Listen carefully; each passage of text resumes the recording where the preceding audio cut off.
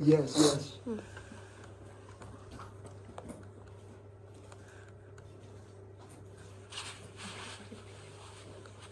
This, yes. Um,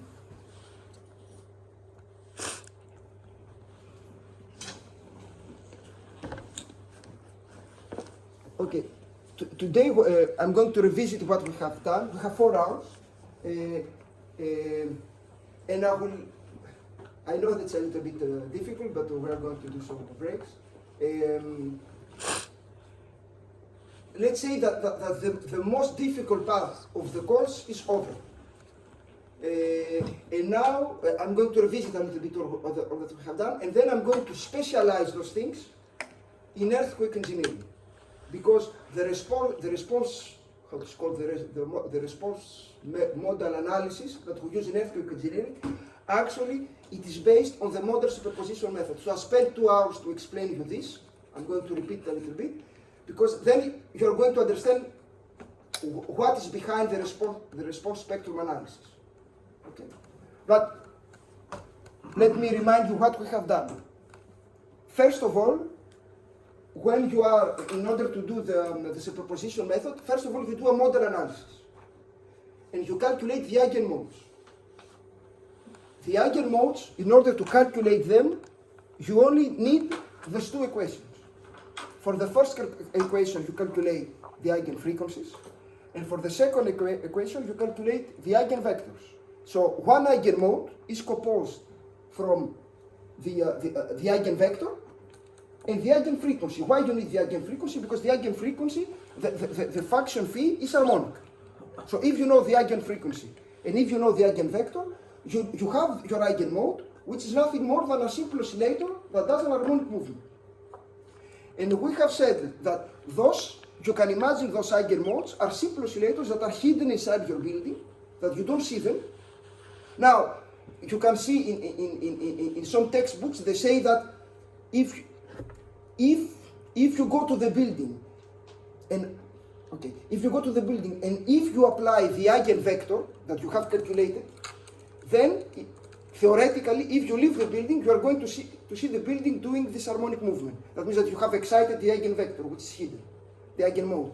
But you don't see, you have the building, you don't see anything. But there are those eigenmodes inside, so those eigenvectors and eigenfrequencies. Then what we have said, you remember all those graphs, and we have said that those eigenmodes, you can measure them experimentally by putting accelerometers at the different floors of your building, and then you measure how the building vibrates because of the cars, because of the ambient noise of the city.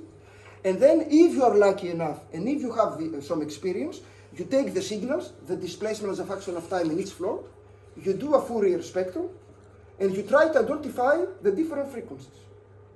So maybe if you have nice signals without a lot of noise, you can identify the first 3, the first 4 eigenmodes, no more. Right? But those are sufficient, because most of the times, 4 or 5 eigenmodes, you have something more near the 90% of the effective model mass that I explained you about. Okay. This is nice because it does not cost a lot of money, and you can then be quite sure that your finite element modeling is a little bit correct. Because if you have the eigenmodes experimentally, you do the finite element model, you do the model analysis, and if your computer tells you that the first 4 eigenmodes are similar to the ones measured experimentally, it means what? Let me be more practical. Imagine that you are in front of the computer, you say to the computer, give me the first, the second, and the third eigenmode, and you have the 3 eigenfrequencies, and you have the same thing as experimentally. You are certain about what? We are certain about that other modes would be the same because they are unique. No, this is not. No, you are not certain. Maybe the higher modes, your model is wrong. Yeah, but I want to something more practical. Your model is pretty good. Yes, but more precisely, what about the model? The M and K matrices? Yes, because the frequencies are K and M, that means that probably, at least for the first, the components that dominates the first eigenmode, that the mass matrix and the stiffness matrix are correct, at least those components that gives you the first eigenmodes, and also something else, because here is where we have most of the problems. Not also K and M, but also something that we forget often. Damping. Yes, no damping. There's no damping in the model analysis. The more usual error that we do in the computer is not the assembly, because the assembly is done automatically by the computer with not a lot of errors, the assembly of the matrices, but something else. Where the loads are applied? Not the load, there's no load in model analysis. I know, because we often forget it, but it's very important. So you have the K matrix, you have the mass matrix, but there is something missing. So if the numerical eigenfrequencies are equal to the experimental eigenfrequencies, that means that K and M are a little bit correct, and also the boundary conditions. Because in order for the computer to have the eigenfrequencies correct, that means that you have blocked correctly the structure. So this is very important, because in that way you understand that not only K and M are approximately the distribution of stiffness and the distribution of mass is correct, but also the boundary conditions. If you have forgotten a boundary condition, for example, an horizontal displacement is free, probably you are going to have a frequency which is completely different. So the classical error when you are in front of a computer, of course it can be the distribution of stiffnesses and masses, but also it can be that your boundary conditions do not represent reality. Okay. Now, if you simulate, let me ask you the other question. Imagine that you have the experimental frequencies of a building, and you do a numerical model of the building where you consider that the building is fixed at the base, and you compare the frequencies. Normally, what do you accept to have? You have the experimental frequencies and the numerical frequencies. But for the numerical model, as most structural engineers, you consider that the structure is fixed at the base. If you compare the two frequencies, what do you expect to have? Lower experimental. Yeah. Why? Is the soil structure interaction? Because of the soil structure interaction.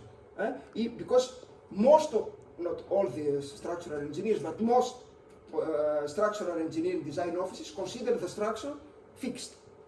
But in real life, the structure is not fixed. So normally, the frequencies that you are going to have in the computer will be a little bit higher than the experimental ones. Now, if you simulate the soil, then you will, the error will be smaller, normally. If they are the same, that means that you have constructed a building on a rock. So it's something very stiff. But most of the times it's not a rock, it is a clay, or it is something, a lot of...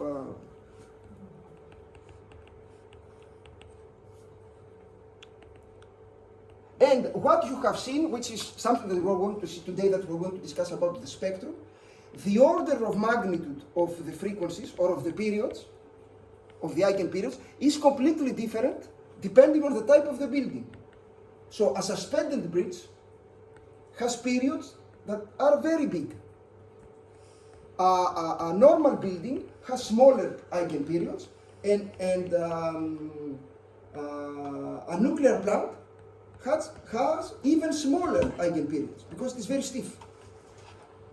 Okay? So what you start understanding is that the force that the impact of an earthquake, of the same earthquake, will be different between a normal building, a nuclear plant, and a suspended bridge. Why? Because the ratio of the periods is completely different. We're going to revisit this idea now that we're going to discuss about the response spectrum. We're going to see how this is taken into account. Now, what we have said, okay, we have said those model participation factors that actually give you the model participation factor gives you the importance of each mode to the total response of your structure, and we said that in the model design codes we have a limit, and the limit is approximately the number of modes that you have to consider should be such as the sum of the effective modal mass should be superior to 90%. And why we have this? Because for two reasons. First of all, the computer cannot calculate all the modes. And second, even if you have all the higher modes, most of the time the computer calculates the higher modes with errors. So that's why everything that can be neglected, we skip it out. What you have to understand also is that in engineering, okay, I simplify a little bit what I'm saying, but it is very easy to jump, because we have the computers, to jump to a complicated problem. What is difficult is to simplify your problem.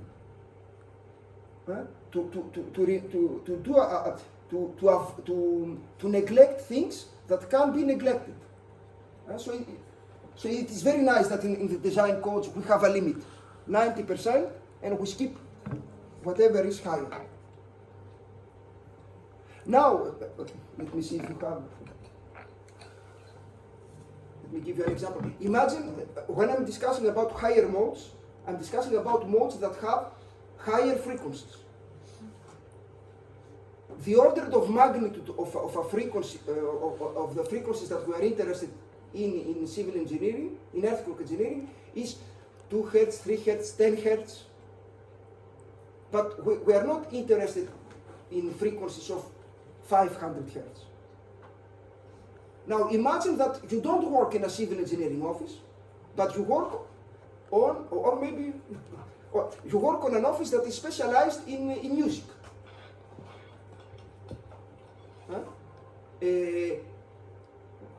No, it can be also a civil engineering office. Imagine that you want to construct a concert hall.